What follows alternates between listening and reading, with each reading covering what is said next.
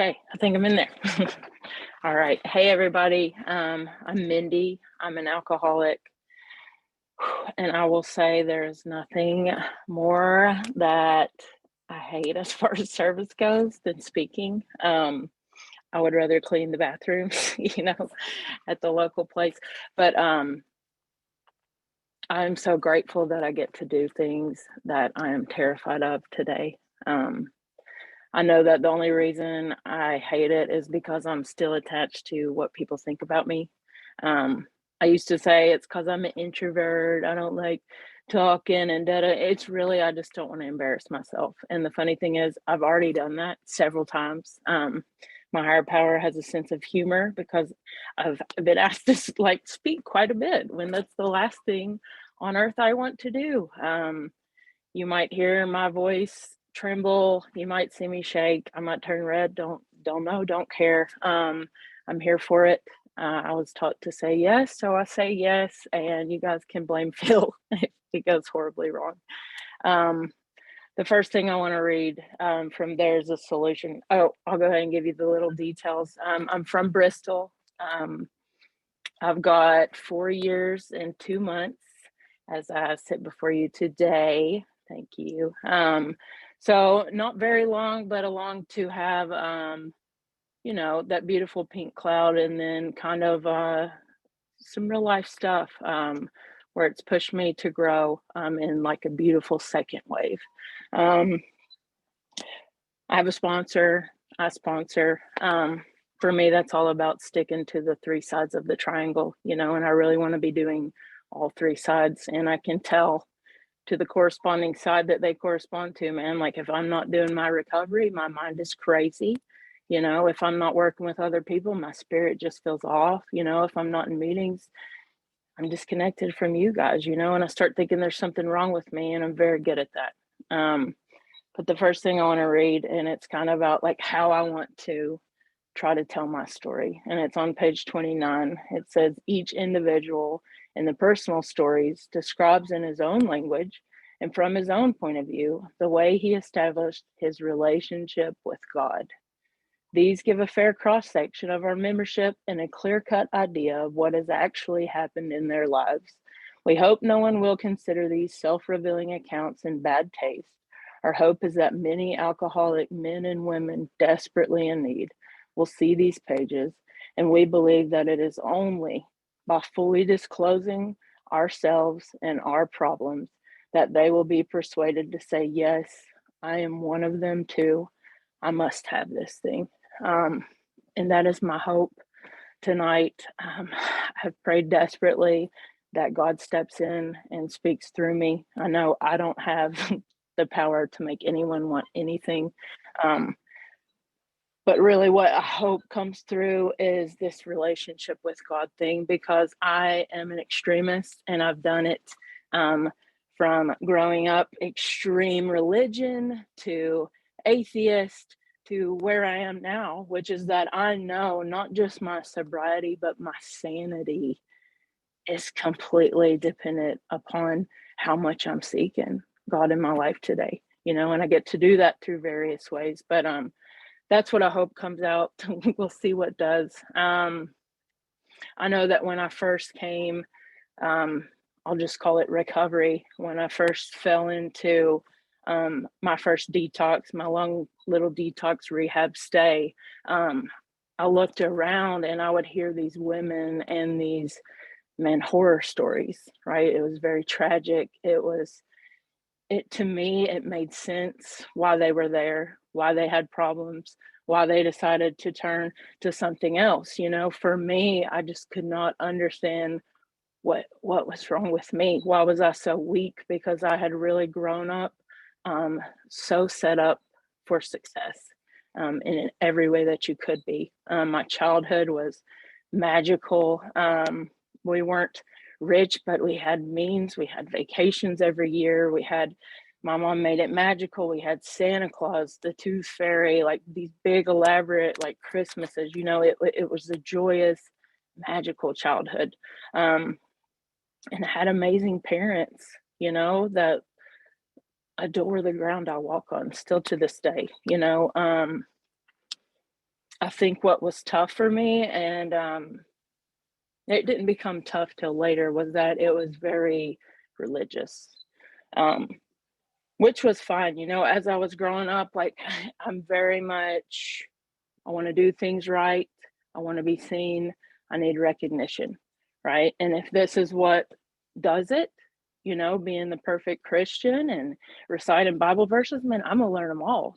My siblings are like, whatever, and I'm like, I'm gonna learn them all. Like, that's who I am, because I need approval so desperately, even as a child. And I remember with that, and it's not that that was bad. It's just someone so self-consumed like me and who's so fear-ridden.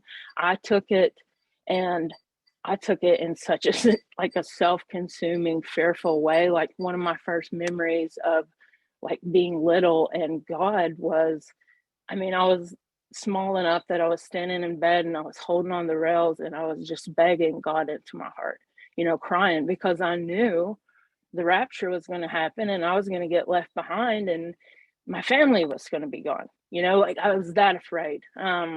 We didn't have cable, we didn't have secular things, right? Secular things were bad. There was the truth and the only truth,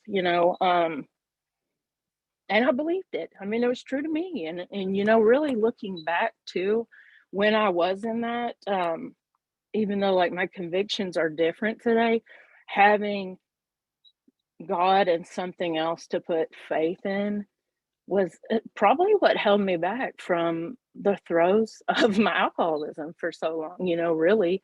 Um, but as I grew, so I was always what they call it, tomboy, um, just a precursor. I'm very gay. So tomboy is what it was.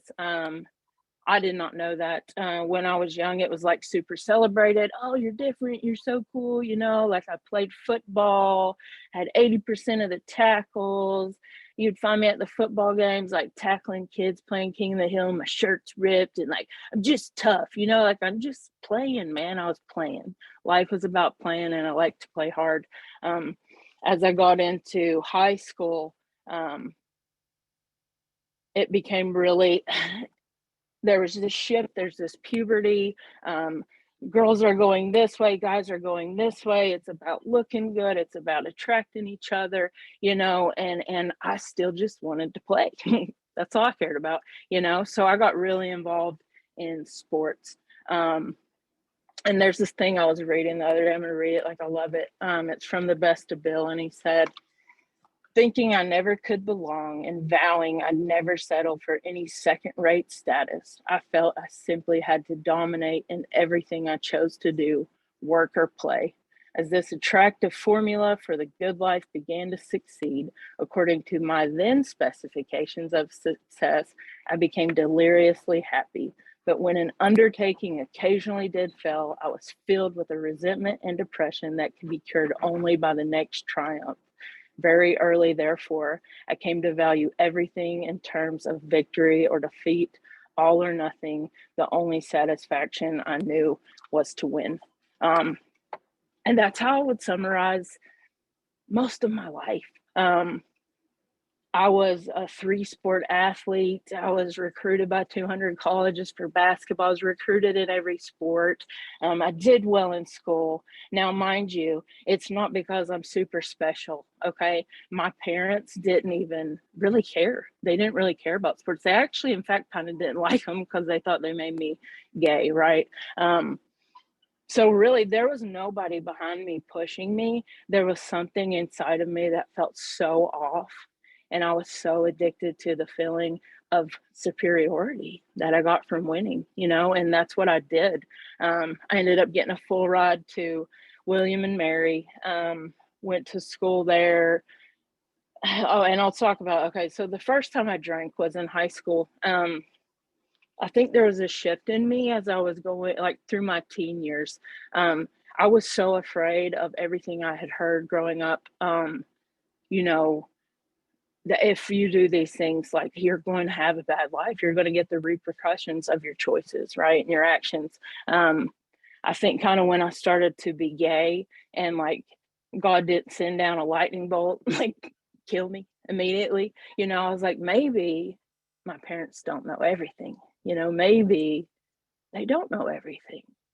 So I remember the first time I drank at a party, and I remember being afraid. I was afraid, like, what if this is really sinful and, like, I go to hell, but I wanted to be a part of so badly. I felt so awkward. The only time I didn't feel awkward was when I was on a basketball court or on a field. I felt so awkward, and I remember I started drinking, and I know a lot of people are like, "Ooh, I never felt anything magical." I did. I did. I felt like, man, all the weight of the world was just melting off me like an ice cube, dude. Like, it was just like, I'm trying to be successful. I'm trying to be all this stuff. And really, what I'm trying to do is I'm trying to stack this outside stuff that you can be proud of me, so you can't really see who I am. And who I am is terrified and alone and afraid, you know. And I remember that because that was a profound moment for me. I remember everyone else like going to bed, and me like trying to wake up the girl and be like, yo, like, ask your mom if I can have more. Ask your mom. Like, everyone else is done, right? They're done. The normal people are done. They've had their fun. They're done. And I'm like, let's go. I found this thing. This is great.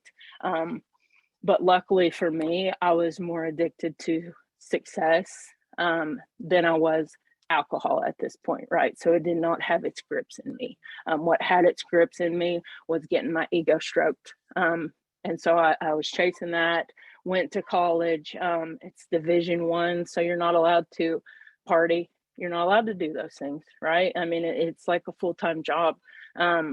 But still, in the off season, that's what we would do. And actually, on my first visit to that college, like when you go in and you like go, they show you everything. They're like, oh, you want to come here? They're showing you all the things.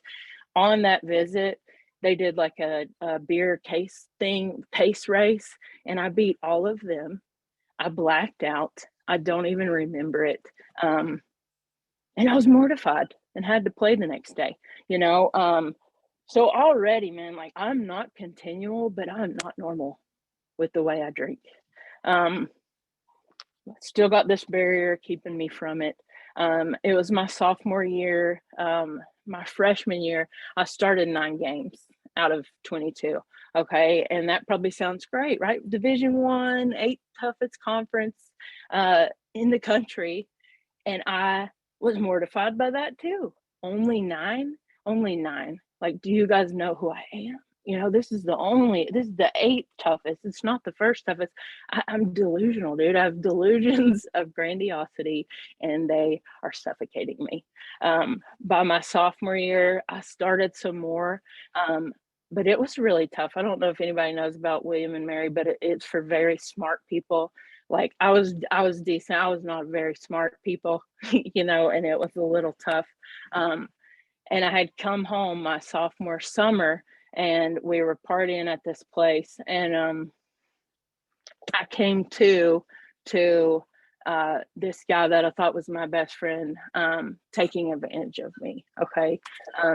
And I talk about that.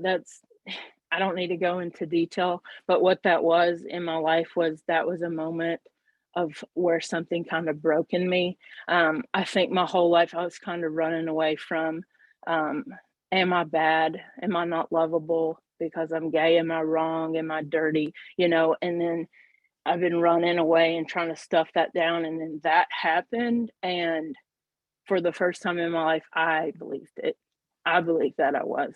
I believe that I did not stop that. I should have been stronger, whatever, right? I had this break in me. And I decided that summer I met a girl, and I was going to use distraction, right? I'm a creature of substitution. I'm going to substitute this aching, gaping pain with a person. And I did that, and I used to blame it on, I didn't enjoy basketball anymore. I was burnt out. It was so much school. But really, man, like, I was broken, and I didn't know how to deal with that. And really, I didn't know how to deal with anything.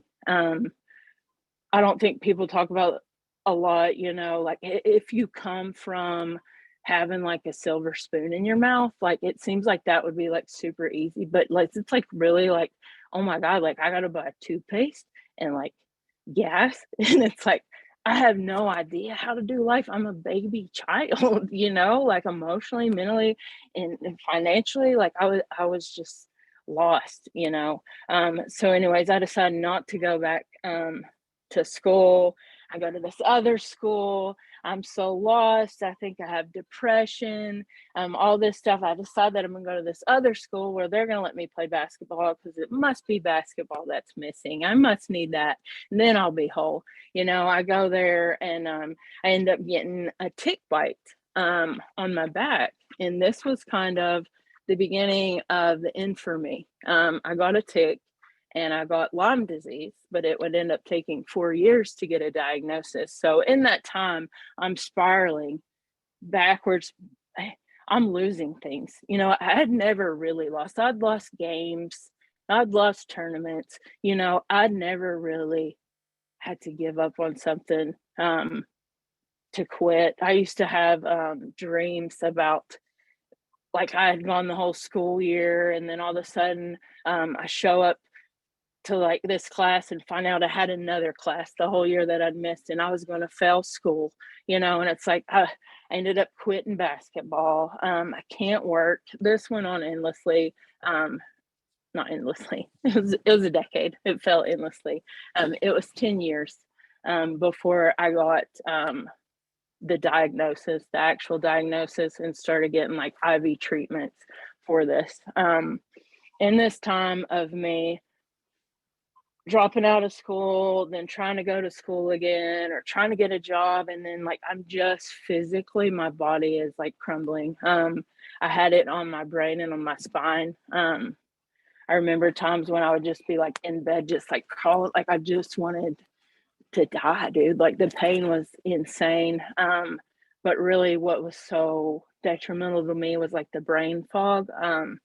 Like I'd be driving and I wouldn't know where I would go, or I'd be stuck in the kitchen for like an hour and my girlfriend would be like, what are you doing? And it's like, I don't know, and it was terrifying to me because I think I'm such a creature of mental prowess. I'm so afraid to lose my brain.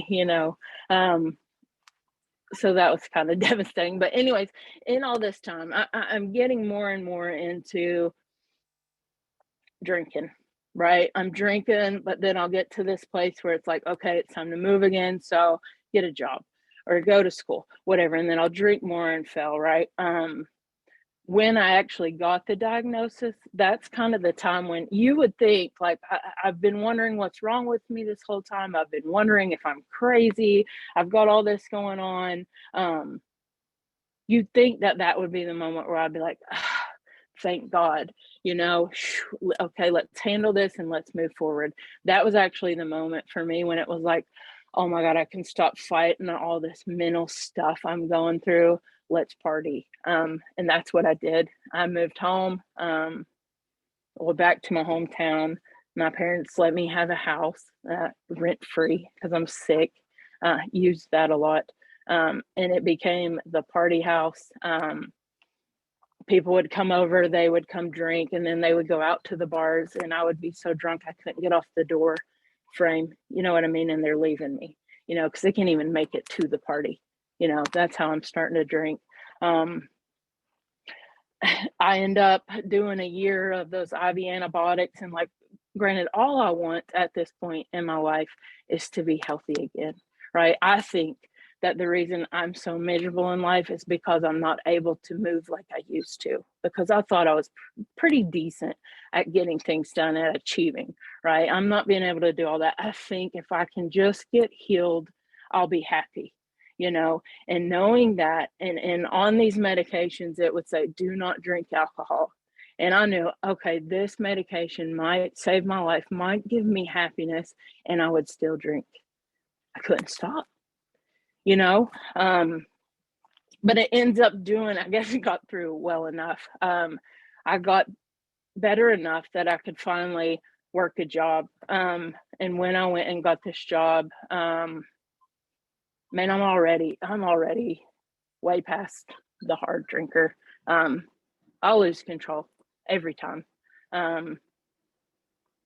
and I keep, I didn't want to stop yet, but I think the moment I knew that I really had a problem, um, I was on my way home from this girl's house up to my parents. And I had stopped the car, I guess, to text a message. I don't even know. All I know is I wake up and there's a tree in front of me and I see my headlights and I'm like, dang it. Like, how did I do this? What did I do? And I start trying to reverse, can't move. I look, there's a tree behind me. And all of a sudden I open the door and I legit fall down a mountain and I'm 45 degrees. I'd gone down a mountain.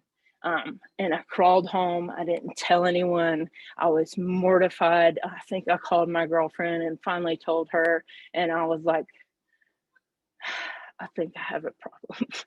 I think I have a problem. Um, and it would take me years, but I knew then, right? I knew then. So years passed, man. I did everything I said I wouldn't do. From it's just the weekends to, oh, now it's every day. Then I won't do it in the mornings. I'm doing it in the mornings. I won't do it at work. I have to do it in the morning, and then I have to leave my lunch break and do it. I'm typing at my keyboard like this, so afraid that the customers are seeing it, the clients. Having my boss tell me he's smelling it on my breath. I'm doing all these things, falling down stairs, metal stairs, like just covered in bruises, dude, like dying of malnutrition. Drinking and throwing it up and drinking, hitting different liquor stores because I'm embarrassed that they'll know I'm an alcoholic and I can't hit the same one every day. So I've got my 5 I go to, just a mess. Well, anyways, it was sort of near that point. I knew that I finally came to that point, right, where I knew, like Bill said, I knew like this was it. Like I had to stop. I had written sweet promises before, but here I am. And that was the first time that I experienced DTs, right? Just detox. Like I just thought, I'll just quit this cold turkey. Like, cause really I was very ignorant to a lot of things. I didn't really know about alcoholism, didn't know what it looked like. I thought it was all willpower, I thought I just gotta stop, So I tried to stop. Well, I come to and I am in a hospital bed. And I'm like, what happened? And my girlfriend's like, I came home and you were unresponsive on the floor. So I had to call the police, and they took you. And then some lady comes in, she told me I tried to fight everybody and I'm like super passive. Like I was so embarrassed, and apparently I tried to fight all these people.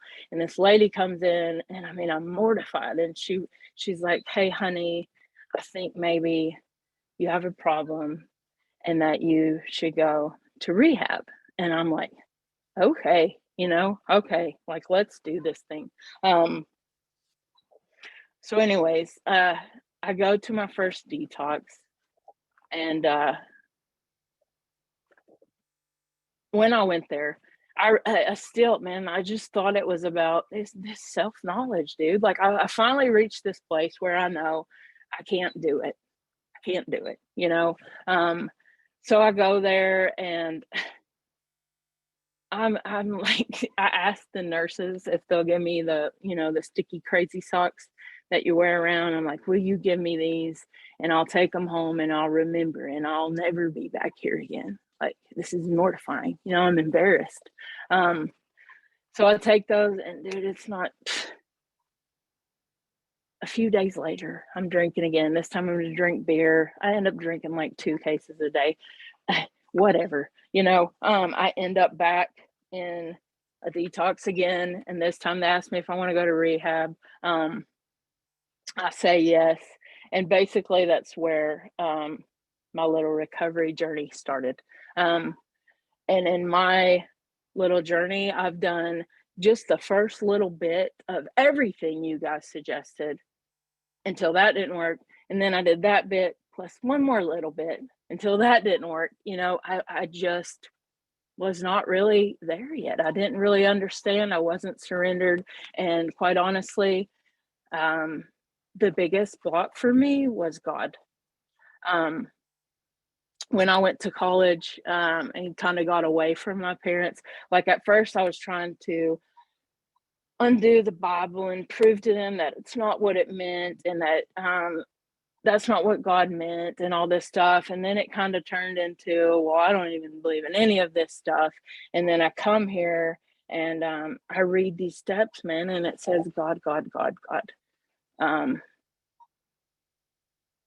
and I guess I just had to get the crap beat out of me enough to where I was willing, you know. Um, I tried meetings. I went to all the meetings. Um, they worked for a little bit. They worked when I was with you guys. The hope was contagious. I wanted it so badly. Um, but I would leave you guys and my mind would start again and the insanity would be upon me.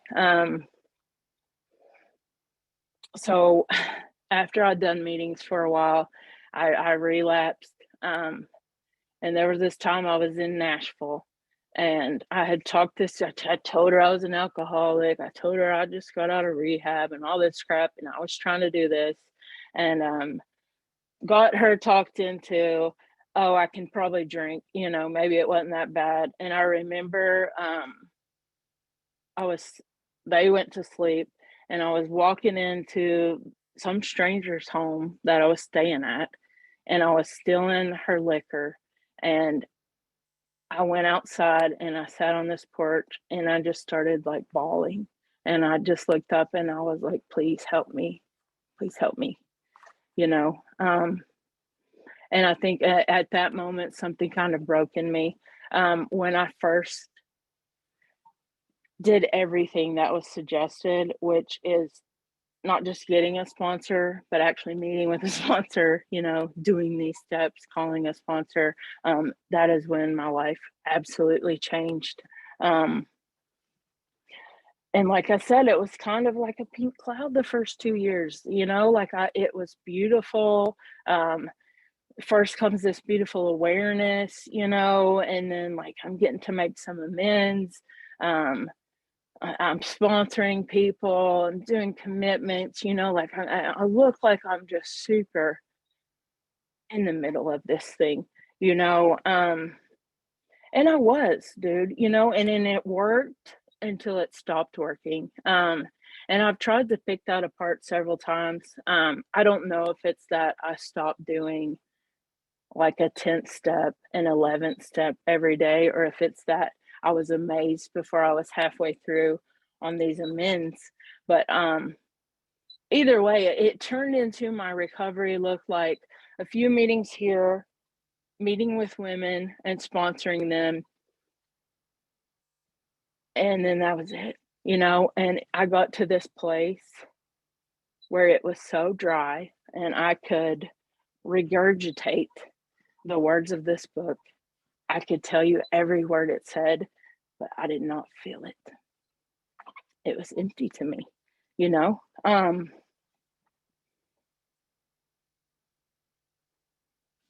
that was actually so freaking beautiful. you know, like pain is so beautiful for someone like me. Like the way that I drink, dude, that's how I got to work this program, and it's constant for me. Like I see some people and they might slack a little and like they look fine. Like I'm like, how are y'all fine? I do it for like 2 days and I'm insane. I'm insane quickly. My ego grows so fast, dude. Like it doesn't even need sunlight. It's already growing.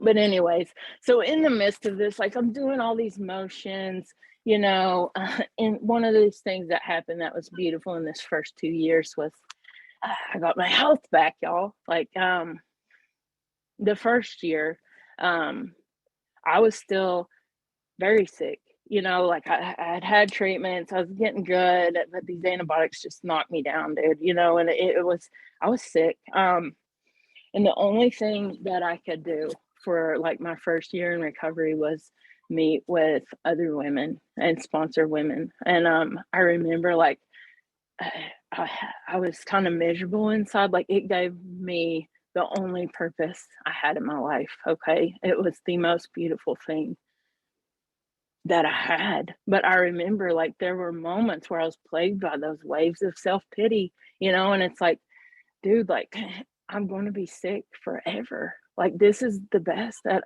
my life is going to be. I guess, like, I'm just going to sponsor people.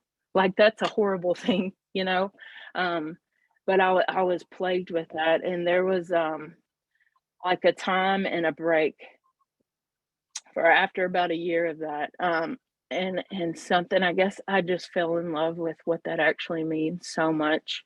Um, and I got to a real place of surrender with my health, and I was just like, God, like, if this is what it is, like, I'm down, like, I'm your girl, like, let's do it. Like, okay, like, I'll be sick forever. Just show me how to be sick, show me how you want me to move in this, and I'll do it.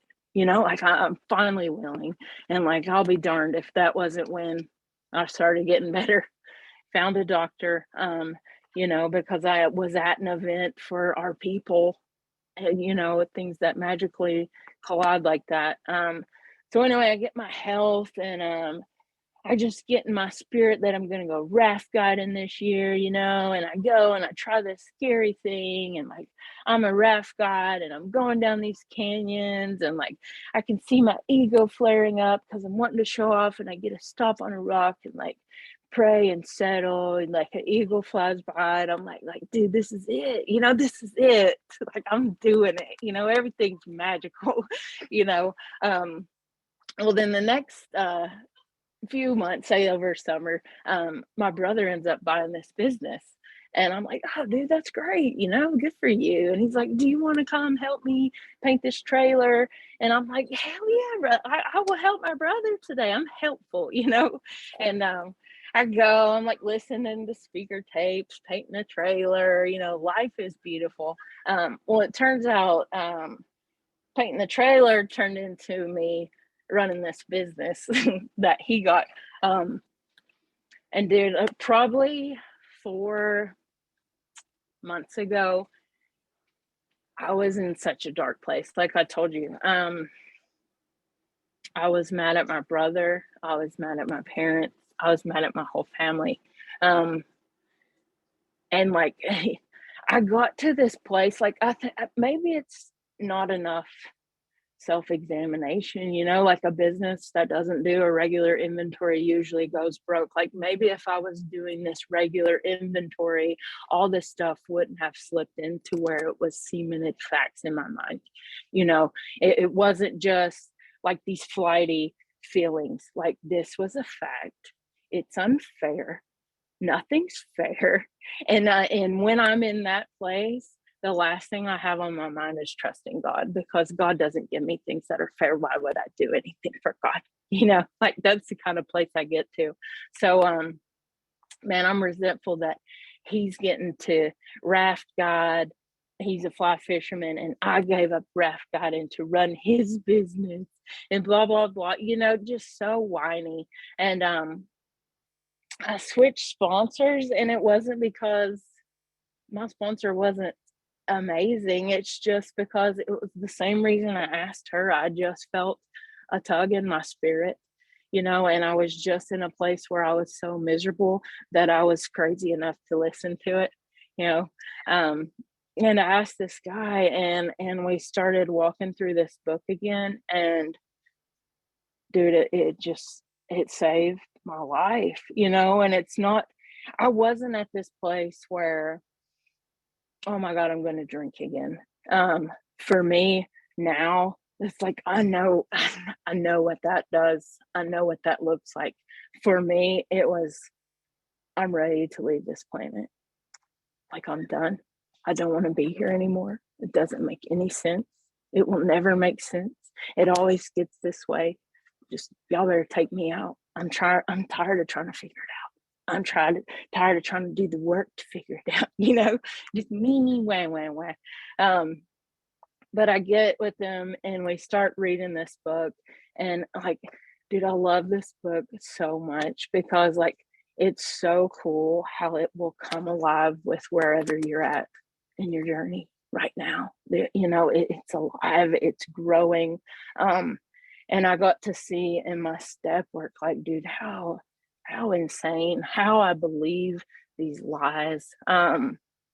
You know, I used to say, like, when I was so sick, like, you know, when I was trying to barter with God, like, God, if you'll just give me health, like, I'll be a janitor, I'll work anywhere, like, I don't even care, like, just let me work, you know. And I saw in my step work, I don't want to work anywhere unless I'm being celebrated, unless I'm being recognized, unless everybody knows too that I'm the one that's making it a success.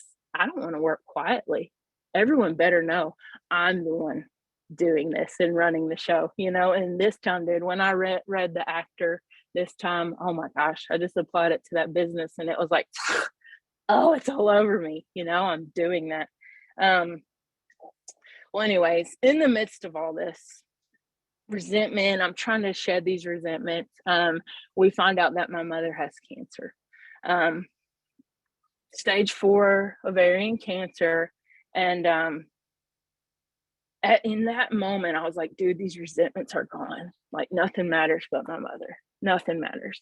Well, let me tell you the type of sick that I am. It went away for a minute, but then it came right back. And I live at home, okay? Um, I would come home and then, like, I'm a bully and all this too. I'm telling my parents they need to give the business to me. I'm doing all the work, right?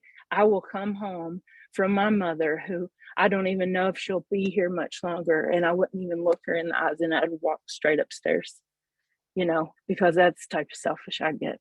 Um, and recently, I've done this step work, dude. I'm seeing so much. I got to do like a sane and sound um, on these intimate relationships of my brother, my mother, my dad, and like, dude, like, what a time to be here right now. You know, like, I used to complain all the time, like, I care so much what society thinks of me. Oh my God, I live at home. I've been sick. I've never been able to further my career. When. Like, I get to be here. And they just told us that my mom has a year left. Like, I get to be here. You know, I get to kiss her head every morning. I get to make her coffee. I get to call her on the way home, ask her if she needs anything. Like, I get to do that, you know, because I'm here. Like, my brother and my sister, they have husbands and wives and stuff. Like, they would love to be here, and I get to be here, you know. And so much of what I've learned, dude, is that I have no idea what God's doing ever. I have no idea. Um, I know what happens when I start focusing on me again, when I start thinking about what's coming for me, what's not coming for me, how I'm being affected, all this stuff. I go insane, you know, and I was there recently. And like, I think God, like, it's just grace that I had enough pain that it drove me to the solution that I know works, you know. Like, I know a lot of people that they're good people that I know that aren't here anymore because it drove them the other way, you know. And I didn't do anything different. I'm just freaking blessed. I think I might be done. Is that too early? Okay. Thank you guys so much. I'm sorry if I was all over the place. Zoom was awkward.